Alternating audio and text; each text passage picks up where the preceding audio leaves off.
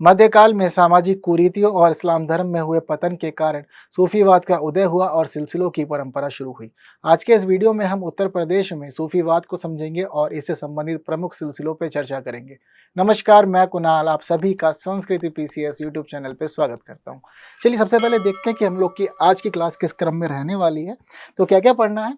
तो यह सभी हम लोग के आज के विषय हैं। सबसे पहले सूफी शब्द का उद्भव किस प्रकार हुआ है समझेंगे, इसका विकास किस प्रकार से हुआ भारत में और कौन कौन से प्रमुख सिलसिले उत्तर प्रदेश से संबंधित है, इन सभी पे हम लोग चर्चा करने वाले। तो महत्वपूर्ण खंड है और इस पूरे के पूरे खंड से एक महत्वपूर्ण प्रश्न भी आप लोग के लिए बन सकता है। जैसे कि अभी हम लोग देखते हैं हमारी स्क्रीन पर ये जो प्रश्न है, कह रहा है कि सूफी आंदोलन को समझाते हुए उत्तर प्रदेश में इसके विकास का उल्लेख कीजिए। देखिए, विकास बहुत ही महत्वपूर्ण है। जनरली क्या होता है कि सिलसिले हम लोग भारत के इतिहास में पढ़ते हैं और हमको पता होता है कि भाई ठीक है, कौन कौन से सिलसिले महत्वपूर्ण है, क्या क्या जरूरी है। तो पूरी संभावना है कि भाई देखो, सिलसिले से प्रश्न बन सकता है जो उत्तर प्रदेश से जुड़े हुए, लेकिन कहीं ना कहीं विकास के जो चरण थे वह सभी भी महत्वपूर्ण है, तो उस पर बात भी कर लेनी चाहिए। और हो सकता है कि भाई कुछ भी मन हो आयोग का, तो वो कुछ भी पूछ सकता है, तो उसको कोई बाध्य नहीं कर सकता किसी चीज को लिए, वो बंधा नहीं है किसी मामले में। ठीक है, तो आप लोग अपने पास प्रॉपर सभी डायमेंशन रखिएगा ताकि एग्जाम में आप लोग को परेशानी ना हो। ठीक है, तो चलते हैं, सबसे पहले समझते हैं कि भाई क्या क्या है इससे संबंधित बातें। जैसे कि सबसे पहले कि सूफी शब्द का दरअसल मतलब एक्चुअल में होता क्या है। पहली बात तो देखिए, मैं आप लोग को यही बता दूं यहाँ पर कि एक्चुअल में ये जो वर्ड है बहुत ही ज्यादा कंट्रोवर्शियल है, यानी कि किसी ने भी क्लियर नहीं बताया। बस ठीक है, उस समय ट्रेंड हुआ, बाद में जिन लोगों ने इसको लिखा, इतिहासकारों ने जब समझा तो इसको सूफीवाद नाम दे दिया। अगर हम लोग आज भी देखें तो यह शब्द बहुत अधिक प्रचलित है, लेकिन इसको हम कहीं ना कहीं इस्लाम धर्म से जोड़ देते हैं, उर्दू से जोड़ देते हैं, और जो भी यहाँ शिक्षाएं होती हैं उन सभी को इस पर समझते हैं। ऐसा ही होता है हमेशा। ठीक है, बात क्लियर है आपको। यदि हम लोग इसका ऐतिहासिक स्थिति समझे तो हमें यह पता यह भी लगता है कि अबू नसर उल सिराज ने एक किताब लिखी, किताब का नाम किताब अल लुमा। तो इसमें बताया कि एक्चुअल में सूफ का मतलब क्या है। तो कह रहे हैं कि सूफी शब्द जो है यह अरबी के सूफ से बना है, जिसका अर्थ होता है ऊन। अब ऊन को क्यों रिलेट कर रहे हैं, इसके अंदर क्या जरूरत है इसको रिलेट करने की। तो पता लगता है कि एक्चुअल में जब शुरुआत में जब सूफी संत आए तो सूफी संतों ने ऊन से बने हुए कपड़े पहनने शुरू किए। इनके कपड़े किस प्रकार से होते थे, यदि आपको तस्वीर में दिख रहा हो समझ जाएंगे कि एक चोगा प्रकार का ये पहनते थे। जैसे कि आप लोगों ने अगर हिंदू संतों को देखा होगा तो वह केसरिया रंग का कुछ ड्रेस पहनते हैं, ठीक है, काफी लूज लूज होता है। तो ठीक उसी प्रकार सूफियों का भी सेम प्रचलन था और एक अच्छी खासी ड्रेस थोड़ी लूज लूज सी होती थी और प्रॉपर हमें देखने मिलता था कि लंबी ड्रेस होती थी जो ऊन से बनी होती थी। तो ऐसा माना जाता है कि ऊनी वस्त्र धारण करते थे ज्यादातर और अपनी शिक्षाएं लोगों तक पहुंचाते थे। तो बाद में क्या हुआ कि लोगों को नाम दे दिया गया कि ये सूफी संत हैं। रिलेट किस प्रकार किया गया है अरबी भाषा के शब्द से, ये आप लोग को मैंने बता दिया है। अगर आगे हम बात समझे तो पता लगता है कि कुछ विद्वान ऐसे भी है जो सूफी शब्द की उत्पत्ति अरबी के सफा से मानते हैं। और सफा का मतलब क्या होता है, शुद्ध चीज, विशुद्ध चीज। मतलब ऐसे लोग जो विशुद्ध हैं अपने आप में, अपने मन पर, अपने काया पर, अपनी आवश्यकताओं पर, जिन लोगों ने नियंत्रण स्थापित कर लिया, जो जानते हैं कि वास्तव में सांसारिक मोह माया क्या होती है और किन चीजों के त्याग से आप एक महापुरुष बन सकते हैं, उच्च पुरुष बन सकते हैं। ऐसा ज्ञान इन लोग को था, ऐसा माना जाता है। तो इसको यहाँ पर भी रिलेट कर दिया जाता है। बात क्लियर है सभी को। हम लोग आगे बढ़ते हैं तो हमें यहाँ ये भी पता लग रहा है कि कुछ लोग और भी हैं जो बताते हैं, जैसे कि सहबा में से कुछ लोग जो सांसारिक जीवन का परित्याग कर देते हैं। ये एक नई अवधारणा है, अलग अवधारणा है। इस अवधारणा में क्या बताते हैं, सहाबा के कुछ लोग, सहाबा मतलब पैगंबर मोहम्मद के अनुयायी। बात क्लियर है। तो कहीं ना कहीं बहुत सारे लोग जो हैं वो इसको मानते हैं कि इस्लाम से ही रिलेटेड है पूरी तरह, जिस प्रकार से इसको इतिहास में पढ़ा जाता है। तो कह रहे हैं कि पैगंबर मोहम्मद के जो अनुयायी थे, जिनको सहाबा के रूप में जाना जाता था, उनमें से ही कुछ लोग आगे आए, सामाजिक कुरीतियों के खिलाफ उन्होंने आवाज उठानी शुरू की। बट उनका जो जीवन का तरीका था थोड़ा अलग था। अलग कैसे था कि वो पूरे के पूरे समुदाय से अलग हो गए। समुदाय से अलग होने के बाद एक गुफा में जाके वो रहने लगे। गुफा में जब वो रहे तो उस जगह को उनका नाम दे दिया गया सूफ।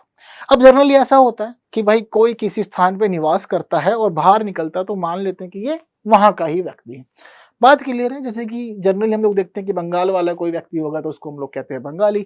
अगर कोई पंजाब वाला है तो कह देते हैं कि ये पंजाबी है। बिहार वाला होता है कहते हैं बिहारी है। झारखंड वाले को झारखंडी। ठीक इसी प्रकार से हमें पता लगता है कि यहाँ जिस प्रकार यह गुफा में रहा करते थे, तो जब ये बाहर लोगों से मिलते जुलते थे, उनसे अपनी शिक्षाएं पहुंचाते थे, तो इस प्रकार सूफ से जोड़ते हुए इनको सूफी बोल दिया जाता था।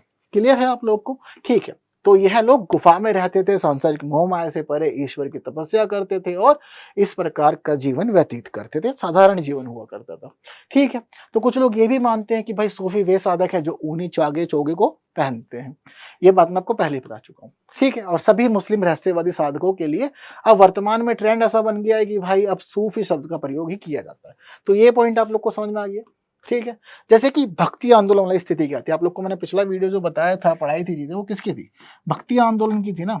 अब भक्ति आंदोलन का एक टर्म आप समझ चुके होंगे कि जितने भी लोग इसमें हुए, चाहे हम लोग कबीर दास की बात कर रहे हैं, सूरदास की बात कर रहे हैं, वल्लभाचार्य की बात कर रहे हैं, सभी को एक टर्म से जोड़ा जाता था और वो टर्म हुआ करती थी संत।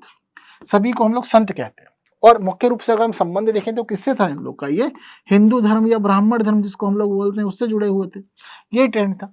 अब वही चीज चल रही है यहाँ पे। ठीक है, काम इनका भी क्या है, कर तो ये भी भक्ति ही रहे हैं, लेकिन क्या होता है कि धर्म इनका बदल गया है। ये मुस्लिम है तो इस वजह से चीजें बदल गई हैं, तो कह रहे हैं कि यहाँ के जो लोग होंगे उनको संत नहीं बल्कि सूफी कहा जाएगा। और यह क्या करेंगे, जिस प्रकार संतों ने हिंदू धर्म में सुधार के कार्य किए, जो भी आडंबर था, जो भी कुरीतियां थी, जिन चीजों को सुधारा जा सकता था, उससे संबंधित इन्होंने अपने विचार प्रस्तुत किए। सूफी लोग सेम काम कर रहे हैं। होता भी है ना, कभी कभी ट्रेंड नकल करते हैं लोग, एक दूसरे को देख करके चीजें शुरू करते हैं। जब इन लोगों ने देखा, ये प्रमुख व्यक्ति थे कहीं ना कहीं, हर धर्म में कुछ लोग प्रमुख होंगे, ऐसा हम लोग हमेशा से ही देखेंगे। संत जब आगे आए, इनको पता लग गया कि भाई हिंदू धर्म में भाई कुरीतियां हैं, गड़बड़ चल रही है, तो उन्होंने प्रयास किया कि भाई सुधारा जाए। सुधारने के लिए क्या करना है कि लोगों को बताना है कि ये काम गलत है, इस तरफ ना जाओ। ठीक है, इसकी विपरीत दिशा में आना है, अहिंसा को अपनाना है, प्रेम से रहना है, और ईश्वर के लिए बलि वगैरह नहीं देनी, यज्ञ हवन करना जरूरी नहीं, सच्चे मन से याद करोगे तो सब कुछ अच्छा हो जाएगा, ऐसा उन्होंने बताया। अब इन्होंने देखा कि भाई ये तो अपने धर्म को सुधार रहे हैं, चीजें अच्छी हो जाएंगी तो लोग इनके धर्म से ज्यादा जुड़ेंगे और यह धर्म कहीं ना कहीं प्रचार प्रसार के माध्यम से विस्तार करेगा। अब वही स्थिति इन लोगों ने समझी। यह जो लोग थे, यह लोग मुख्य रूप से मुस्लिम धर्म में मुख्य थे, ये उनके ज्ञानी लोग थे। तो क्या हुआ, इन्होंने समझा पैटर्न, फिर उन्होंने कहा कि भाई हमारे यहाँ भी कुछ कुछ ऐसा चल रहा है, क्योंकि अब धीरे धीरे जब कोई चीज स्थापित हो जाती है, अच्छे रूप में आ जाती है, फिर कहीं ना कहीं वो अपने शिखर पे पहुंचने के बाद फिर पतन की ओर भी बढ़ती है। तो वही बात बता रहे हैं कि भाई इन्होंने भी सेम काम किया और इन्होंने कहा कि भाई हम इस्लाम को सुधारेंगे अगर ये अपने हिंदू धर्म को सुधार रहे हैं तो। ठीक है, तो इस प्रकार से सारी कार्रवाई आगे होती है। चलिए आगे पता लग रहा है कि भैया विकास होगा। तो भारत में हमें पता लगता है कि भाई टोटल 4 चरण थे और 4 चरणों में अलग अलग कार्रवाई हुई और अलग अलग कार्रवाई के माध्यम से इन लोगों को सूफी कहा जाने लगा। और अलग अलग चरण में हमें अलग अलग प्रवृत्ति दिखती है। चरण क्यों विभाजित करते हैं? क्योंकि विशेषताएं बदल जाती हैं, बातें बदल जाती हैं और कुछ नया स्वरूप हमें उस आंदोलन का ही देखने को मिलता है। जैसे कि हम लोग इतिहास को ही 3 भागों में बांटते हैं ना, प्राचीन, मध्यकालीन और आधुनिक। तो स्थितियां अलग अलग हैं। प्राचीन इतिहास देखते हैं तो मुख्य रूप से हमें देखने को मिलता है कि शासक हिंदू हैं, फिर उसके बाद पता लगता है कि बौद्ध और जैन धर्म से जुड़ के चलेगा सारा मामला, और शासकों के नाम भी हम लोग को हिंदू देखने को मिलते हैं। मध्यकालीन में सब चीज़ इस्लामिक हो जाती है, अरबी तुर्की लोग आ जाते हैं, अपनी व्यवस्था चलाते हैं, इस्लाम विस्तार करने लग जाता है। आधुनिक काल में पता लगता है कि सारे अंग्रेज हैं, भारतीयों को शोषण हो रहा है। तो इस प्रकार हम लोग विभाजित करते हैं, यहाँ भी ऐसी होगा। 4 चरण जो यह विभाजित किए गए, हर एक चरण की अपनी खास विशेषता है। जैसे शुरुआत में कोई चीज़ नई नई होती है तो बहुत साधारण और सरल होती है, बाद में उसका रूप बदलता है। ठीक है बात, ओके। अब हम यहाँ देखेंगे कि कब पहला चरण शुरू होगा, और जो ये पहला चरण अब शुरू हो रहा है, इस पहले चरण की खास बात क्या रहने वाली है कि यहाँ पर जो भी जीवन होगा इन सूफियों का बहुत ही अधिक साधारण होगा। सांसारिक मोह माया से परे हो जाएंगे, इनको कुछ भी अच्छा नहीं लगेगा। तो वही बात पता लग रही है, फकीरी जीवन शुरू कर दिया इन लोगों ने, यानी कि सिर्फ मांग कर खाएंगे, अलग अलग जगह पर रहेंगे, स्थायी ठिकाना इनका नहीं होगा, पारिवारिक जीवन नहीं जिएंगे और पारिवारिक जीवन से परे रह करके, सांसारिक मोह माया से परे रह करके बिल्कुल प्रकृति से जुड़ करके अपना जीवन बिताएंगे। तो शुरुआत होगी जो सूफी मत की, वो इस प्रकार से देखी जाती है। ठीक है, आगे कह रहे हैं कि भाई दंड का भय उनमें बढ़ गया, यानी कि भाई ये समझने लगे कि परमात्मा आप लोग को दंड देगा यदि आप गलत काम करेंगे। तो ये लोगों ने पहले जाना, बाद में बाकी लोगों तक भी पहुंचाया। आगे हमें पता लगता है कि भाई पहाड़ों में जाएंगे लोग, सन्यासी जीवन व्यतीत करेंगे। ठीक है, सन्यासी ठीक से लिख करके आना, जो भी लिख करके आ रहे हैं, बहुत लोग गड़बड़ कर रहे हैं। सन्यासी लिखते ही इस प्रकार है कि बिंदी भी आएगी और आधा ना भी। बात क्लियर है? तो बहुत लोग नहीं जानते, ये आप लोग को जान के समझ के अच्छे से इसका प्रयोग करना। तो सन्यासी जीवन बिताएंगे, ये सभी वस्तुओं का त्याग कर देंगे, ना धन रखेंगे, ना स्त्री रखेंगे, और ना ही कोई विशेष अच्छी वेशभूषा धारण करेंगे, ना ही आभूषण पहनेंगे, ना ही अच्छा भोज करेंगे, कुछ नहीं करेंगे, सबसे अलग है ये। ठीक है। और खाना बदोश जीवन, जैसा कि आप लोग को मैंने बताया था। तो सूफी जो पूरा का पूरा मत है, अब यहाँ से विस्तार शुरू करेगा। ठीक है, ओके, इतना क्लियर है, पहले चरण की बात है। थोड़ा सा आगे चलते हैं। आगे पता लग रही है हम लोग को कि एकांत जीवन हो जाएगा, इनका संतोष को प्रधान रखेंगे, यानी कि शांत जीवन रहेगा, कुछ खास चीज नहीं चाहिए। आगे हमें यहाँ पर यह भी पता लग रहा है कि अभी शुरुआती चरण है, तो प्रेम की भावना पे बल नहीं देंगे, यानी कि सांसारिक मोहमाया से परे साधारण जीवन, प्रकृति वाला जीवन, इस पे बल देंगे। ये दिखाएंगे कि आप जितना अधिक त्याग करेंगे, जितना अधिक सरल जीवन जिएंगे, आप उतनी ही जल्दी ईश्वर की प्राप्ति कर लेंगे। ऐसा शुरुआती चरण में चलेगा, बाद में चीजें बदलेंगी। इसलिए 4 चरण बताए ना, तो अभी पहले चरण की बात है। कह रहे हैं कि भाई धर्म के व्यवहारिक रूप पर विशेष जोर दिया। उन्होंने सिर्फ बताया कि जो व्यवहारिक चीजें हैं, व्यवहारिक मतलब कि आप जिनको अपने जीवन में सरलता से स्वीकार सकते हैं, वही चीज व्यवहारिक है। तो उन्होंने कहा कि व्यवहारिक रूप से जो भी कार्य हो सकते हैं, आप वही कीजिए अभी। ठीक है। इस समय के अगर हम बात करें जी, प्रमुख साधक कौन थे, तो नाम सुनने में आता है इमाम हसन बसरी, इब्राहिम बिन आदम, अबू हाशिम, राबिया बसरी। यह इस समय के प्रमुख संत थे, यानी कि साधक थे, जो सूफी हुए थे उस समय, और लोगों तक ज्ञान की बातें पहुंचाने का काम कर रहे थे। अब यहाँ पर आपको एक खास चीज देखने को मिल रही होगी, अगर आप समझे होंगे तो। जैसे कि मैं आप लोग को पहले बताता आ रहा हूँ कि जो पूरा का पूरा सूफी मत है, किससे जुड़ा हुआ है, इस्लाम धर्म से।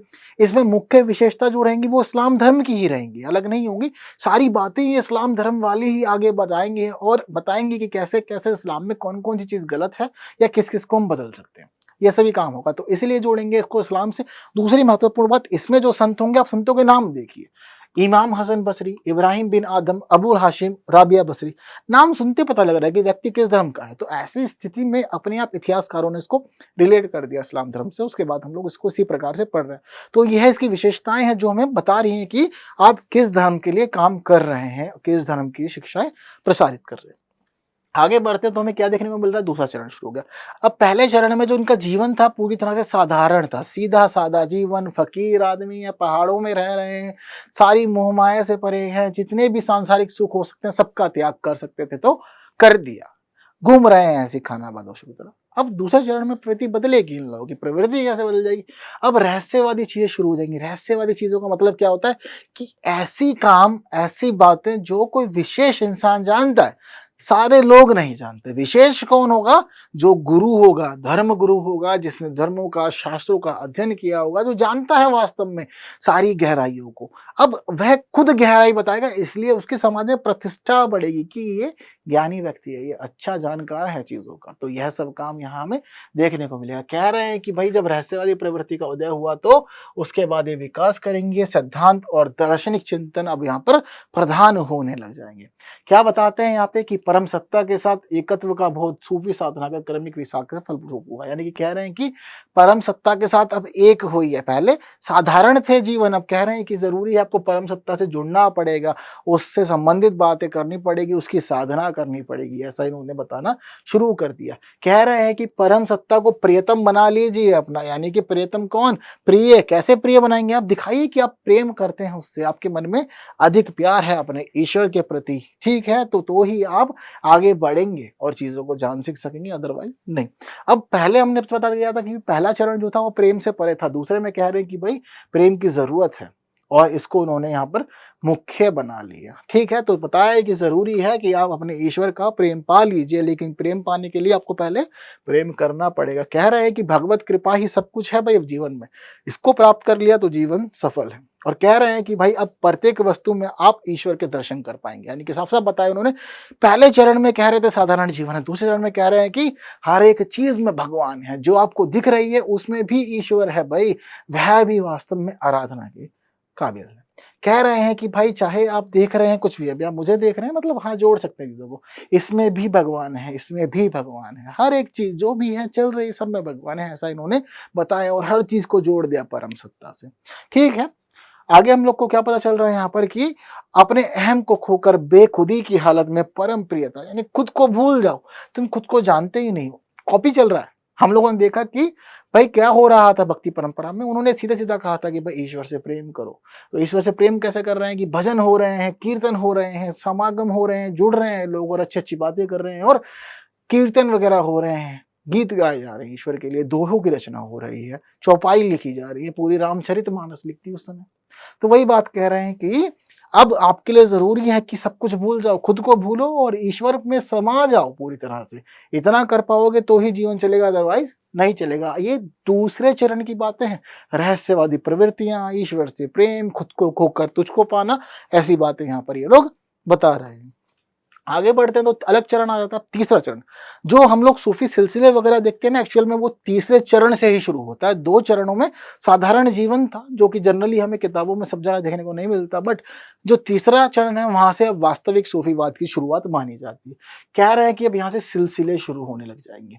पहले सिलसिले नहीं, तब सिलसिले शुरू हो जाएंगे। सिलसिले शुरू होने का मतलब क्या है कि अब गुरु शिष्य परंपरा यहाँ से चालू हो जाएगी। तो गुरु शिष्य परंपरा के आधार पर अब क्या होगा कि खानका वगैरह बनेंगे, मिलजुल के काम करेंगे, एक व्यक्ति की आस्था बहुत अधिक बढ़ जाएगी। जैसे कि हम लोग नाम देखते हैं, जैसे ख्वाजा मोइनुद्दीन चिश्ती, बहुत बड़ा नाम है अपने आप में इस समय का, तो वही चीज बताते हैं अपना में कि गुरु शिष्य परंपरा को यहाँ से बल मिलना शुरू हो जाएगा। तो ये काम कब हुआ है? 12वीं से 13वीं शताब्दी के समय आकर के चीजें बदले आएंगी।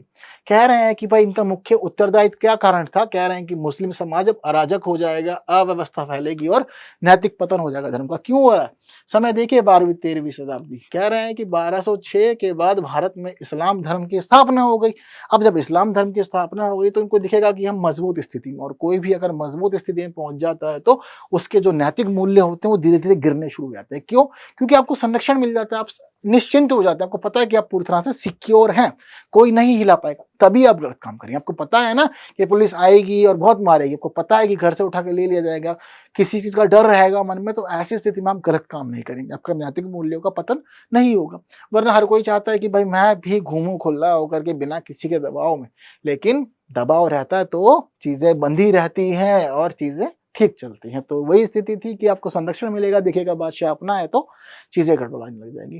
कह रहे हैं कि मुस्लिम धर्म को नवजीवन देना ही कार्य था इस पूरे के पूरे सिलसिले का। जो सूफी सिलसिले अब यहाँ से शुरू हो जाते हैं, कह रहे हैं कि भाई गृह विहीन जीवन शुरू कर देंगे, यानी कि घर में नहीं रहेंगे, गुरु ऐसे ही हैं सारे के सारे, घर से अलग रहेंगे, लेकिन गुरु शिष्य परंपरा चलेगी, तो शिष्यों के साथ रहेंगे, उनको ज्ञान देंगे और अपनी चीजों को पीढ़ी दर पीढ़ी आगे बढ़ाने की ये लोग अब सोचने लगेंगे।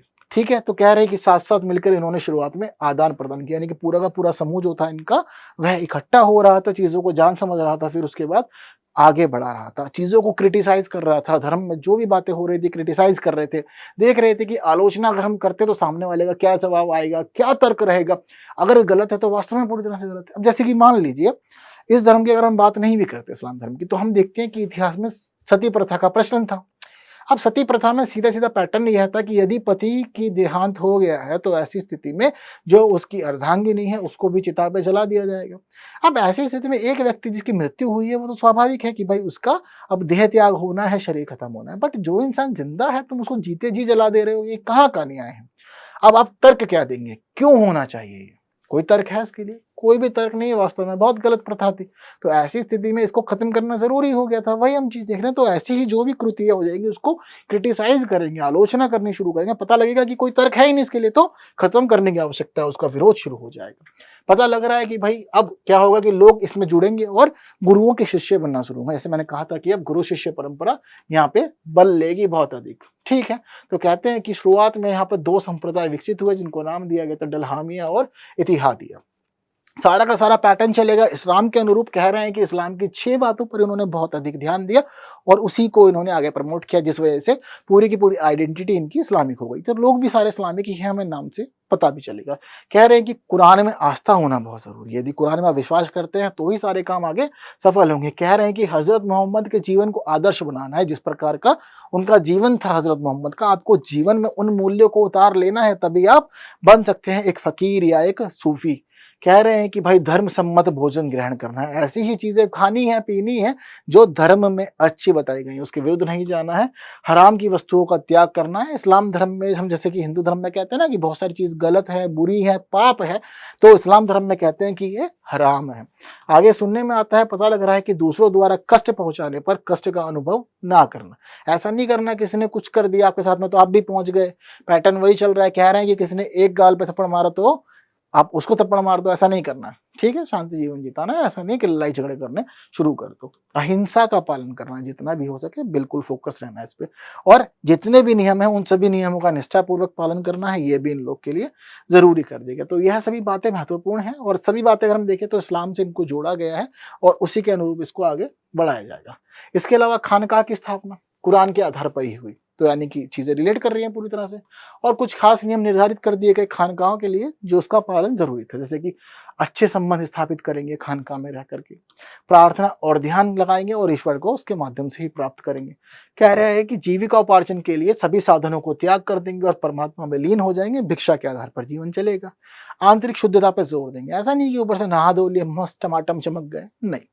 मन को शांत करो, मन को पवित्र करो, आत्मा को पवित्र करो। गलत विचार नहीं आने चाहिए किसी व्यक्ति के बारे में, ना ही खुद के बारे में, ना ही किसी और के बारे में। ठीक है, तो ऐसे रहोगे सब चीज ठीक चलेगा। बुराइयों से उत्पन्न वस्तुओं का त्याग करना है।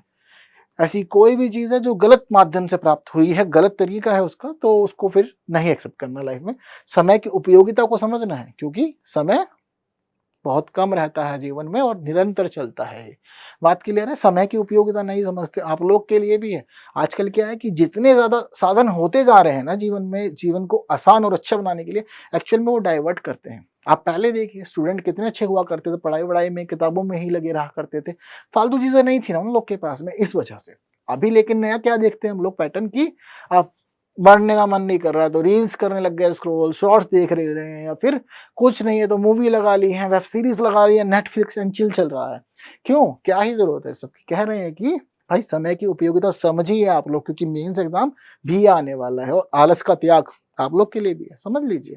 रिलेट करेंगे बहुत इजीली याद हो जाएगा सब कुछ। आलस करेंगे तो नहीं पढ़ पाएंगे, नहीं ध्यान लगा पाएंगे, नहीं ज्ञान ले पाएंगे, और परंपरा जो चल रही है, जो नियम निर्धारित, उनका पालन करना जरूरी है, जो आलस से नहीं हो सकता। क्लियर है इतनी बात? तो उसके बाद आ जाते हैं अब चौथे चरण में। सब कुछ ठीक था तीसरे चरण तक, लेकिन अब चौथा चरण जो है अंतिम चरण है। कह रहे हैं कि अब अशुद्धियां वापस से ग्रहण करेगा। शुरू किस लिए हुआ था सूफी सिलसिला? वास्तव में जो कुरीतियां हैं उनको खत्म करने के लिए, बट कहते हैं दुनिया गोल है तो घूम फिर के फिर वहीं आ गए। कह रहे हैं कि कुरीतियों को खत्म करने के लिए शुरू किया था काम, और आप इस प्रकार समय के साथ घूमे कि वापस से कुरीतियों में ही विलीन हो गए। कह रहे हैं कि संतों का पतन हो जाएगा, संरक्षण मिलेगा, रहस्यवादी प्रवृत्तियां आ जाएंगी, आदर्शों को भूल जाएंगे क्या होना चाहिए, नवाबों के दरबार में, बादशाहों के दरबार में चले जाएंगे, उनके संरक्षण में जीवन जिएंगे और पद प्रतिष्ठा बढ़ा लेंगे अपनी।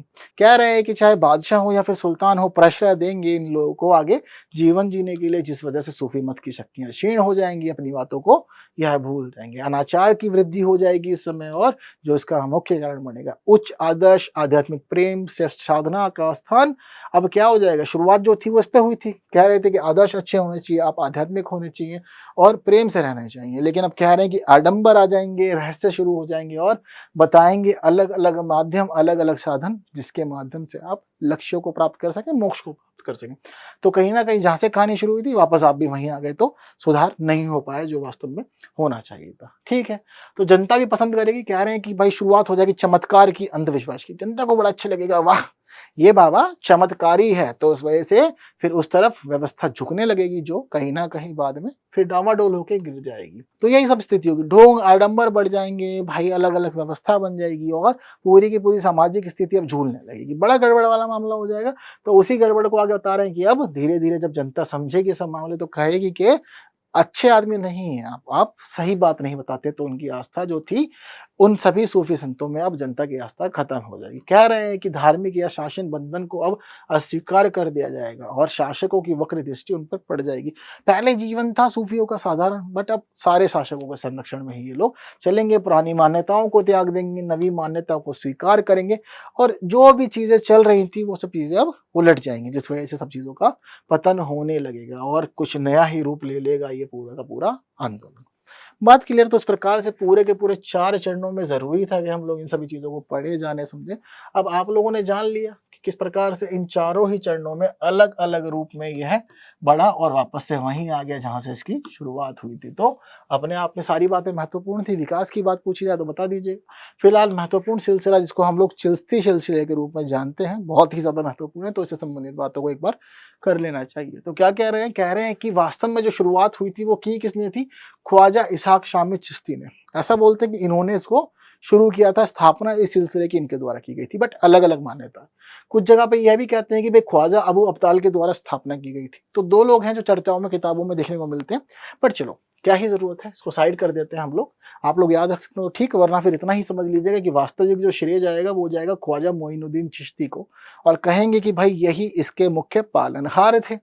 कह रहे हैं कि भाई इन्होंने बताया कि इस्लामी कानून के अंदर संगीत अवैध है, संगीत को आप नहीं चला सकते, लेकिन ये पैटर्न बदल देंगे, यह स्थापना करेंगे समा की।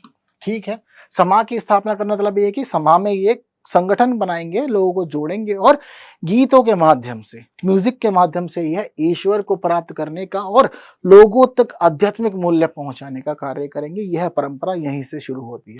कहते हैं कि 15वीं शताब्दी के उत्तरार्ध में और 16वीं शताब्दी के प्रारंभिक समय में हमें ये देखने को मिलेगा, कहां पर? शर्की सुल्तानों के समय जो जौनपुर में थे। कह रहे हैं कि सारा का सारा जो केंद्र बनेगा वह केंद्र यही क्षेत्र बन जाएगा। और उत्तर प्रदेश के मामले में महत्वपूर्ण है क्योंकि जौनपुर की शर्की वास्तुकला पड़ी, शर्की शासक पड़े।